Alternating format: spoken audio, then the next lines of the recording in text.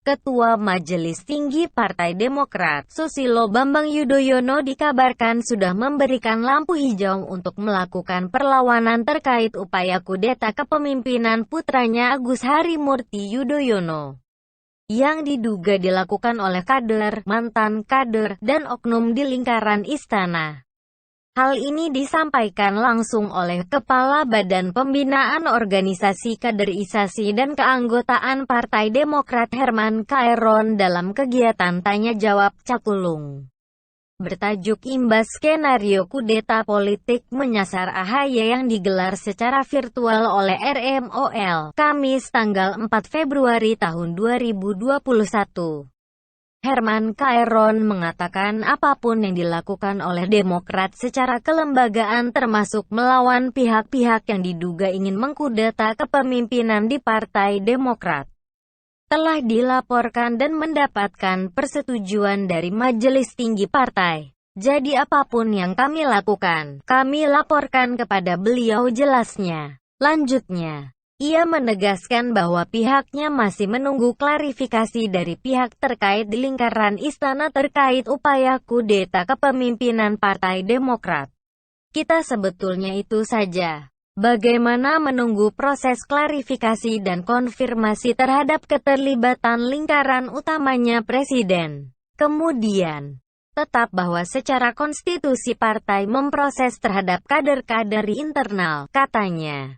Sambungnya, kader yang tidak aktif tidak bisa diproses. Misalnya Pak Darmizal sudah keluar dari partai.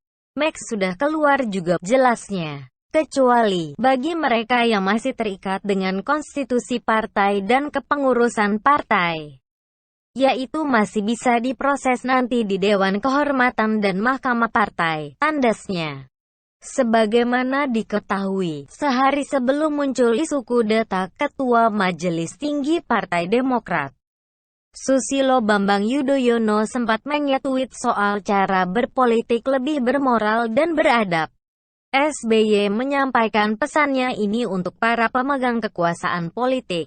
Bagi siapapun yang memegang kekuasaan politik pada tingkat apapun, banyak cara berpolitik yang lebih bermoral dan lebih beradab. Ada 3 golongan manusia, yaitu the good, the bad, dan the ugly. Kalau tidak bisa menjadi the good, janganlah menjadi the ugly. SB, tulis SBY di akun Twitternya, @sebyudhoyono. Cuitan SBY itu mirip disampaikan dengan politikus Demokrat Rahlan Nasidik. Tapi, Rahlan dengan menyebut langsung nama Kepala Kantor Staf Presiden Jenderal Purnawirawan Muldoko. Selamat malam, Jenderal Muldoko. Kalau tak mampu jadi the good, jangan jadi the bad. Apalagi the ugly, tulis Rahlan di akun Twitternya, @rahlan_nasidik. Nama Muldoko dikaitkan dengan upaya kudeta kepemimpinan AHY. Elit Demokrat pertama yang menyebut manuver politik ex-Panglima TNI itu adalah Ketua Badan Pemenangan Pemilu DPP Demokrat Andi Arief. Andi mengatakan Muldoko terlibat dalam upaya pengambil alihan kepemimpinan Demokrat dan dapat restu dari Jokowi. Ia menyampaikan demikian karena banyak pertanyaan siapa figur yang hendak mendongkel kepemimpinan AHY. Banyak yang bertanya siapa orang dekat Pak Jokowi yang mau mengambil alih kepemimpinan AHY di Demokrat. Jawaban saya KSP Muldoko, kata Andi Arief melalui akun Twitternya, @andiarif. Andi lantas melanjutkan alasan kenapa AHY berkirim surat ke Pak Jokowi. Karena saat mempersiapkan pengambil alihan menyatakan dapat restu Pak Jokowi, ujar Andi. Sementara itu, Presiden Joko Widodo menegaskan tidak akan membalas surat yang dilayangkan oleh AHY terkait adanya dugaan upaya kudeta oleh orang-orang di lingkaran istana. Hal tersebut dikatakan langsung oleh Menteri Sekretaris Negara Pratikno. Jadi kami sudah menerima surat itu. Kami rasa tidak perlu menjawab surat tersebut, katanya. Sementara itu, Kepala Staf Kepresidenan Muldoko sudah menyatakan bahwa meski ia memang pernah bertemu dengan sejumlah kader dan bekas petinggi Demokrat, namun ia tidak pernah berniat untuk melakukan kudeta di tubuh Partai Demokrat. Saya ini orang luar, tidak punya hak apa-apa gitu loh. Yang punya hak kan mereka di dalam. Apa urusannya? Tidak ada urusannya. Wong saya orang luar, kata Muldoko. Saya ini siapa sih? Saya ini apa? Biasa-biasa saja. Di Demokrat ada Pak SBY, ada putranya Mas Ahaye, apalagi kemarin dipilih secara aklamasi. Kenapa mesti takut ya? Kenapa mesti menanggapi seperti itu? Biasa-biasa saja begitu. Jadi dinamika dalam sebuah partai politik itu biasa, ungkap Muldoko.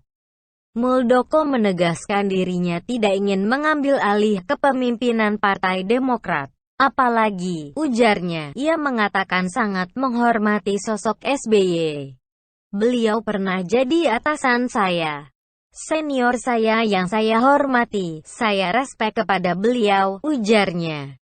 Adapun Direktur Eksekutif Sudut Demokrasi Riset dan Analisis Fadli Harahap meyakini, isu kudeta berembus karena SBY mulai panik lantaran elektabilitas seputra kesayangannya itu tak kunjung meningkat alias belum moncar di papan survei. Kepanikan SBY karena dukungan terhadap AHY belum menunjukkan kenaikan signifikan, kata Fadli. Analis politik asal UIN Jakarta itu menilai, kepanikan itu terlihat karena SBY menyadari berbagai momentum politik ke depan juga cukup berat.